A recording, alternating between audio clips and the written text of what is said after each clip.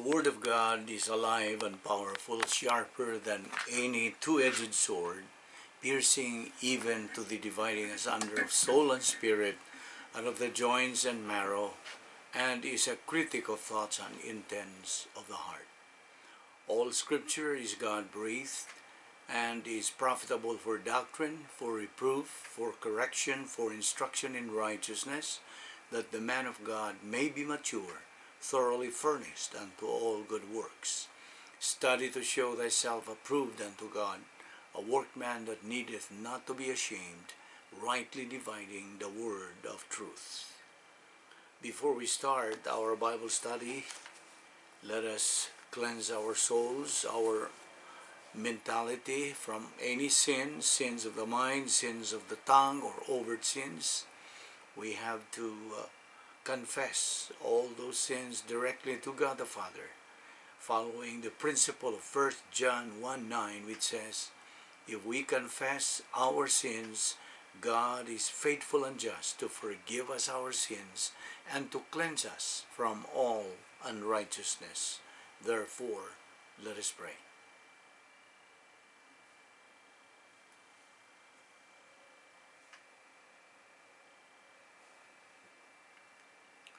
Let us pray.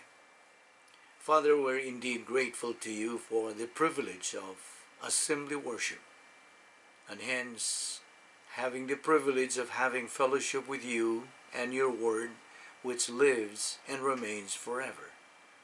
We thank you, Father, that your word is forever a lamp unto our feet and a light unto our path, because the entrance of your word giveth life. It giveth understanding to the simple. And therefore, as we approach thee in the study of your word, we ask that you will open our hearts to the truth, that we may fulfill the objective of growing in grace and in the knowledge of our Lord and Savior, Jesus Christ. For we ask it in his name. Amen. As we continue our study on the doctrine of soteriology, we are here once again in good health, alert, clear mind, and alive and kicking, all because of God's mercy, God's love, God's courtesy, and grace of God. We don't deserve it, we don't work for it, we do not earn it. Why? Because it is grace. Now we have questions to ask, or I will ask you some questions like, do you know that God loves you and he is interested in you?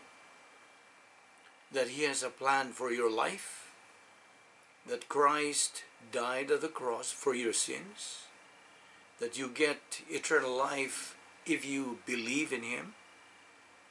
The above things are what is called kerygma in Greek. John 3:36, as I always quote, says, if you believe in Christ, you will live eternity in heaven with God. If you reject Christ, you will live eternity in the lake of fire. But actually what John 3:36 says, he who believes in the Son has life. He who does not believe in the Son does not have life, but the wrath of God abides on him. But you have freedom of choice. But with that freedom goes responsibility. Freedom and responsibility always go together when it comes to the plan of God. That's what we mean by riding in tandem. You always hear this term, riding in tandem. Freedom and responsibility. They ride in tandem. Whatever, therefore, is your choice of these two, to believe in Christ or to reject Christ, it is only you yourself who is answerable, responsible, and accountable for your decision. Do you understand that? Listen. If we believe that there is such a place called Africa, Australia, or Europe, although some of us had never been in those places, because we have been taught by history books about them.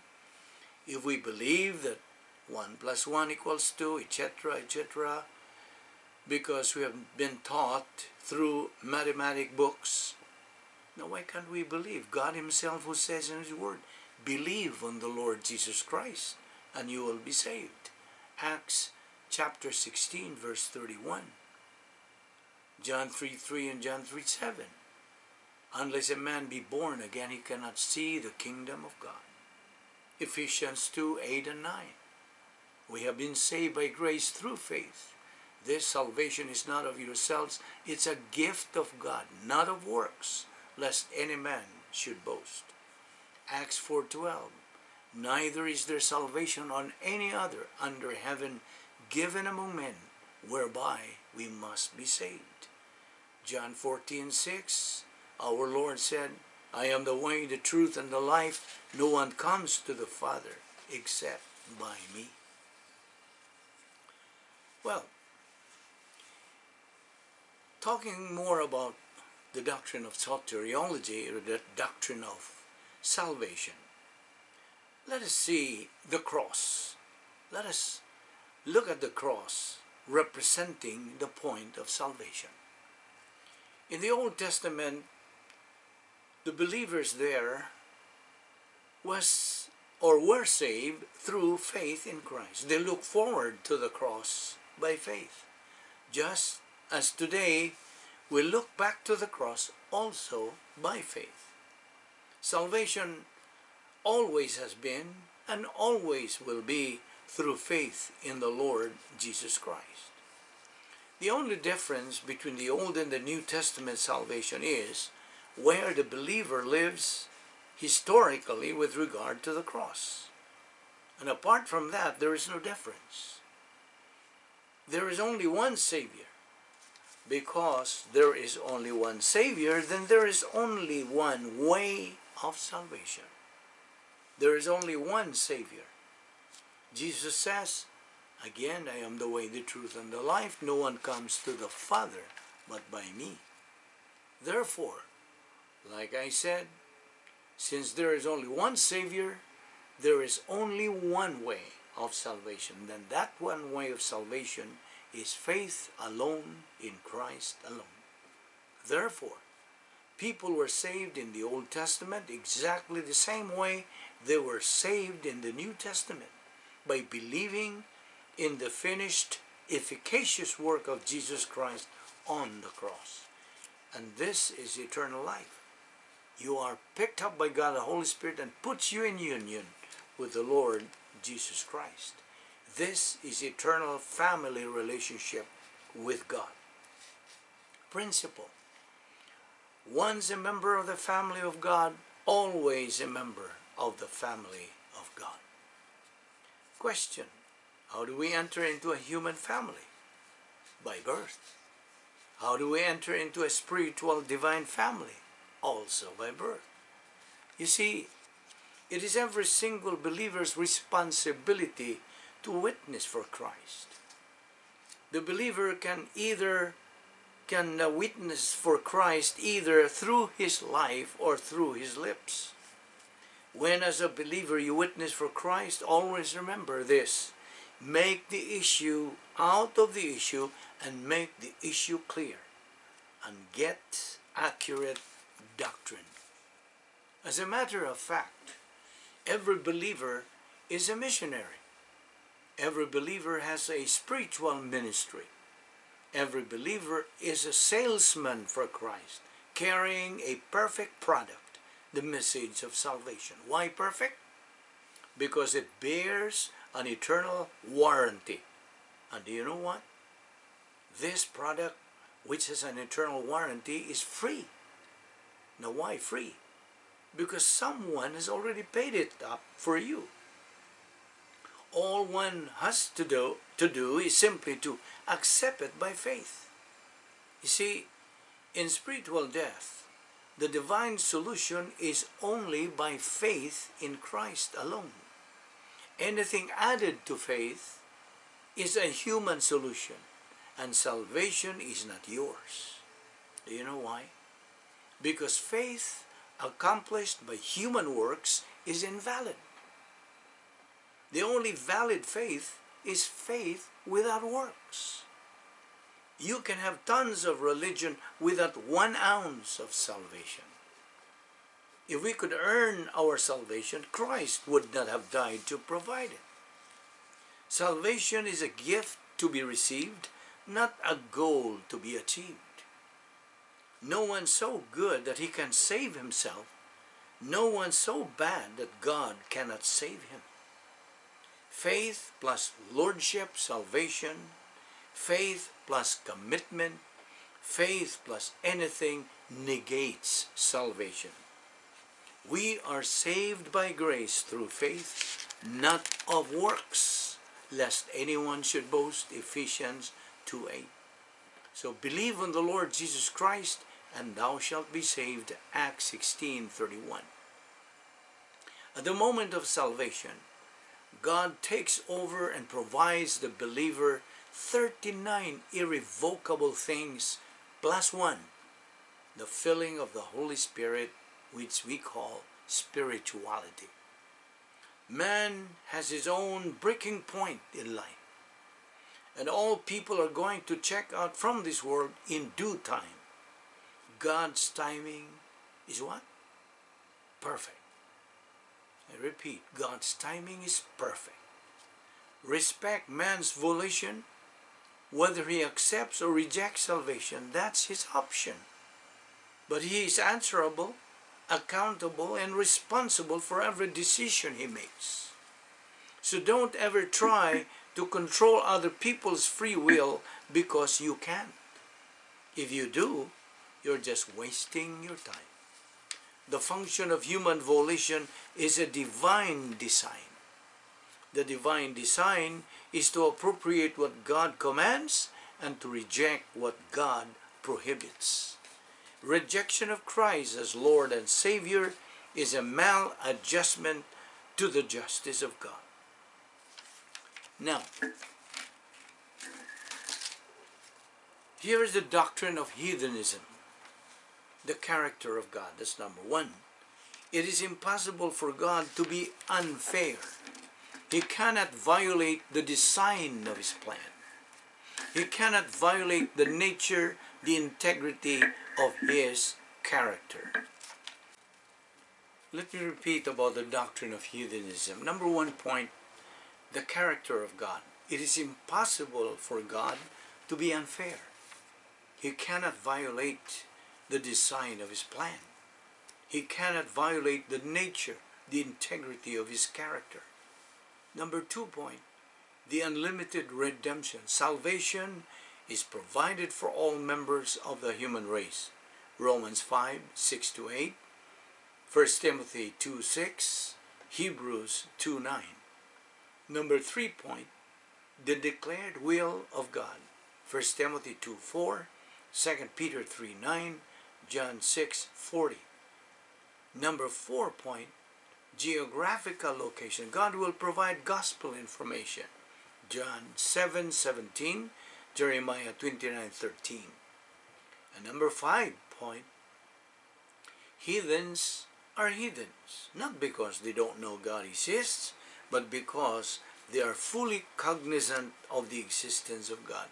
Romans 1:18-20 and Psalms 19:1-4. More on salvation. When you believe in Christ, immediately you become a member of the family of God, and you are imputed God's righteousness. So you are declared sanctified. That is your eternal relationship with God. And on the bottom circle of that, there is the temporal fellowship with God, redeeming the time because the days are evil. And then that is God's rest that all believers are supposed to stay, because staying in that rest area, we call it rest area, using your faith rest, God's rest, you develop that relaxed mental attitude, you're free from any sin, and then you are walking in the light, you're walking by faith, and you are walking in truth.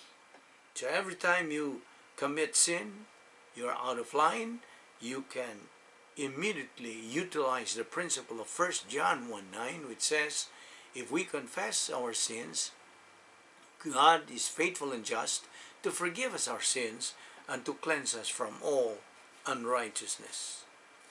Now, as believers, once we become negative to the Word of God, we live in a state of unreality in life. We live in evil and confusion in life. So, we are reminded about the 4 divine institutions, which are volition, marriage, family, and nation. We should always be aware of this, so we won't be out of fellowship, and we're always inside the protocol plan of God, which otherwise known as the divine dynasphere. Now, question, where would you want to spend eternity? In heaven or in the lake of fire? It's a matter of choice. God did not have to provide salvation. He did provide it out of His own choice. God is righteous because of Satan's evil, but God is never the evil cause of Satan's evil. Lucifer, the former name of Satan, is bright and shining one, but he fell. God did not have to create the angels because He was lonely. God created the angels out of His own choice. Why did God create man, therefore? For His own glory. That's the answer. Why did God create the angels? Again, for His own glory. God is not loose. The lake of fire is God's garbage dump. Romans 1:25 says, God is blessed forever. God made a choice to provide salvation to the human race. Christ's spiritual death on the cross did not in and of itself provide salvation. It only provides appropriation to salvation. When one believes in Christ, automatically he becomes a child of God, and he becomes eternally secure. Thus, when he dies, he is qualified to live with God forever. God says in His Word that we can know beyond any doubt that we are on our way to heaven. 1 John 5:13. Reasons why we are assured of heaven. Number 1, because the requirements for heaven have been met for us by Christ. Number 2, the way to heaven is not by works, but by faith. Ephesians 2:8 and 9. Now, in another note, the Christian way of life, as we have said, is a supernatural way of life, and as such, it requires a supernatural way of execution. Now, we should consider God's integrity when we talk about the spiritual life. First of all, God has a plan for every believer's life. I'm talking to you as a believer. As we knew, His plan for every believer is the best and the highest. Not only that, God's plan for every believer's life is a fantastic plan. And how does a believer know and learn God's plan for his life? The answer, by studying God's Word contained in the Holy Bible. But studying the Word of God without the Holy Spirit filling us is useless. Why? Because the Holy Spirit is the only teacher of truth. In fact, He is the author of the Bible. Therefore, the first step to be able to really learn God's Word is for us to be filled by the Holy Spirit And how? By utilizing the recovery technique of 1 John 1:9. If we confess our sins, He, God, is faithful and just to forgive us our sins and to cleanse us from all unrighteousness. Once we do that, we go back in fellowship with God, being filled by the Holy Spirit. Now, every believer's goal, by the way, we have a goal, of course, as believers. Every believer's goal is to attain the area of spiritual adulthood, eusebia, the godliness, the Greek word says. This is the stage where you as a believer will be experiencing your closeness and intimate relationship and rapport with God. This stage is the most fantastic, fabulous, and unique kind of life. But that area of spiritual adulthood can only be reached through the so-called grace apparatus for perception. And we will explain that later on as we continue our study. Well, of course, there is the textbook, which is the Bible. There is the pastor-teacher who teaches Bible doctrine. These are believers, congregation, of course, listening to the teaching of the Word of God. And they assimilate Bible doctrine from that pastor-teacher who is teaching. There is God, the Holy Spirit, who is our mentor, teacher of truth. There is a policy to be followed. We have to confess our sins first, and then concentration and focus, etc., etc. All of these things that we are mentioning is the protocol ground rules for church age believers for the purpose of edifying the body of Christ. Titus chapter 3 verse 5, we have to understand this verse very well.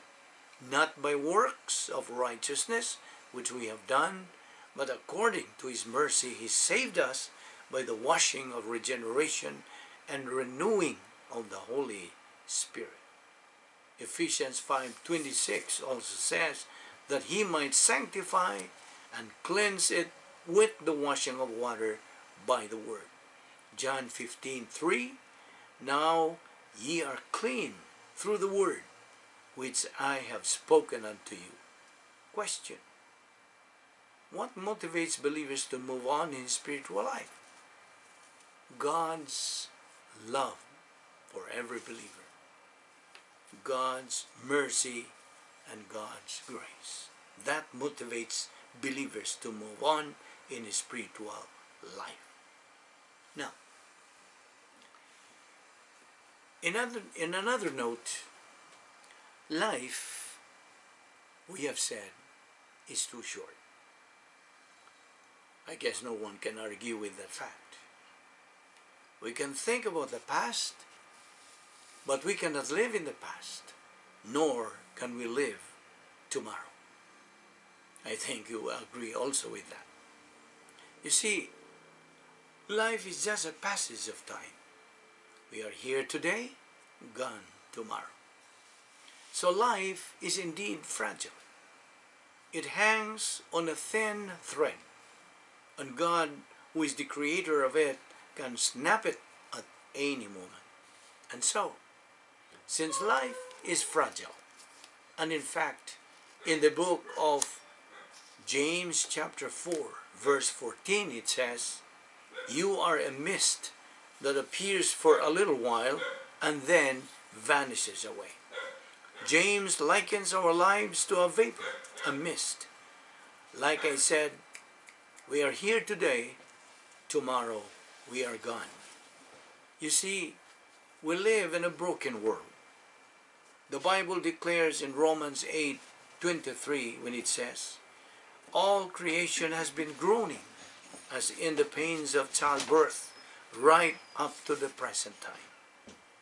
Yes, even with modern medicines and technology, people are dying every day at all ages for any number of reasons. During our lifetime, we make many many decisions, right?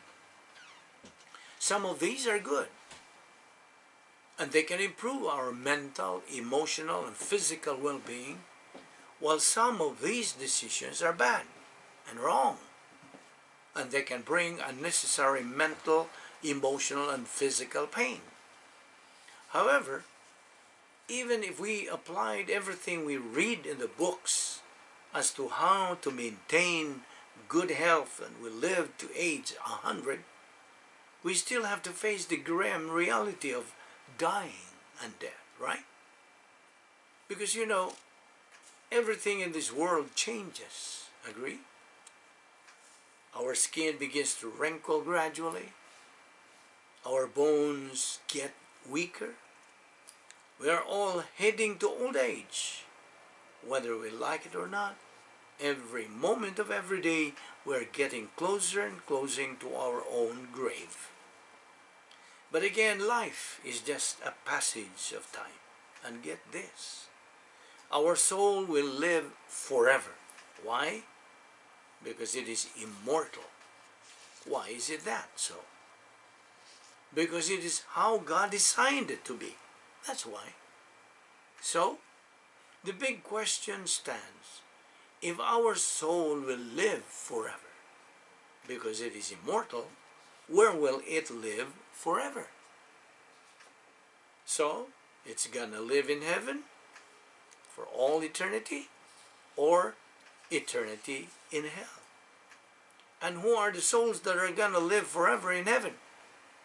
Those souls that, while they were still on earth, believed in Jesus Christ as their Lord and Savior. Supporting this truth is John 3:36, which I always quote. He who believes in the Son has life. He who does not have the Son does not have life, but the wrath of God abides on him. On the other hand, who are the souls that are going to live forever in God's eternal judgment? Hell. The answer? Those souls that, while they were still alive on earth, rejected Christ as Savior. Supporting the truth is still John 3:36. Whosoever believeth not in him, Jesus Christ, shall not have life, but the wrath of God abideth on him. This truth is clearly and lucidly delineated in the Word of God. It's up to man to believe it or to reject it.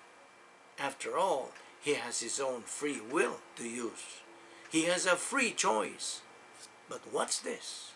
Whatever man decides, whether to believe it or to reject it, he is the only one accountable, responsible, and answerable for the decision he makes. Why?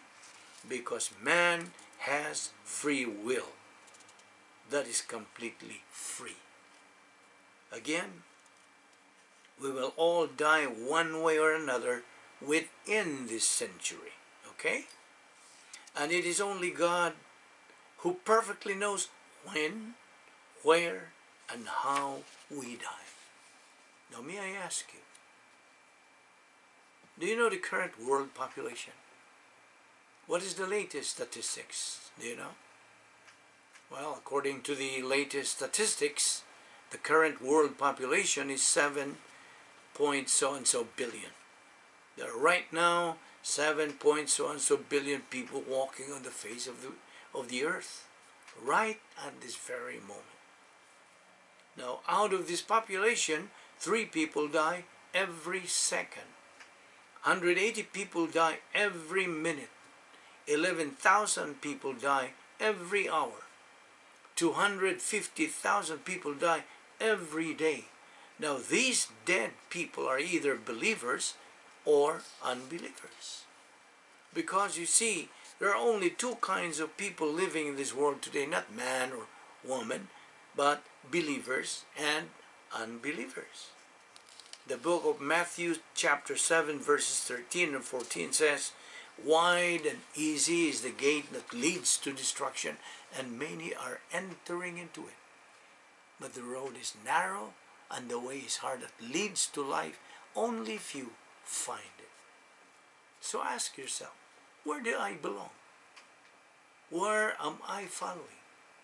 Is it at the wide and easy gate that leads to destruction, or at the narrow road which leads to life? We have a choice. If you then wish to go to heaven after you die, then choose the hard way, a narrow road, because that leads to eternal life.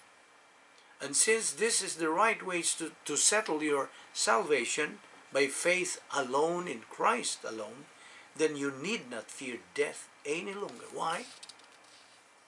Because your salvation is already secure, assured, and guaranteed. Who assured it? Who guaranteed it? God does. You see, God always keeps His word. He never ever lies. Why? Because He is perfect justice and perfect righteousness. Every time God makes a promise, that promise is always sure and absolutely certain. In fact, He means what He says, and He says what He means. So again, if you have chosen the option to believe in Christ as your Lord and Savior, God mandates you never to be afraid of death anymore. You see, it's only the Word of God that gives you a relaxed mental attitude toward all potential death situations. One of the keys to a tranquil, peaceful life is not being afraid of death. You see, fear of death causes instability, right?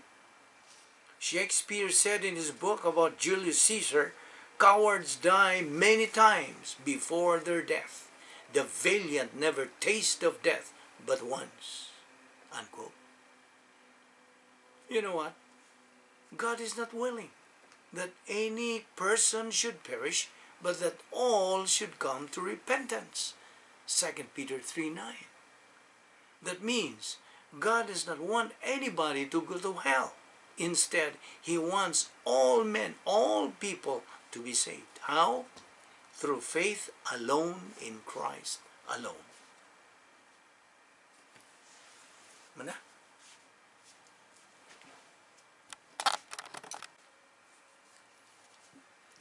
Let me reiterate that point there, that in 2 Peter 3:9, God's Word says, God is not willing that any person should perish, but that all should come to repentance. That means God does not want anybody to go to the lake of fire or hell. Instead, He wants all men, all people to be saved. How? Through faith alone, in Christ alone. John 3:16, "For God so loved the world, that He gave His only begotten Son, that whosoever believeth in Him shall not perish, but have everlasting life." Again, let us remember the biblical principle that says God's timing is perfect. Yes, God's time and decision to take anybody of us, any member of the human race. When God takes that individual home, or a believer, is perfect, because God is always and ever will be perfect. And because any individual believer while on earth believed in Christ as his Savior, then we will see Him with all believers in heaven forever.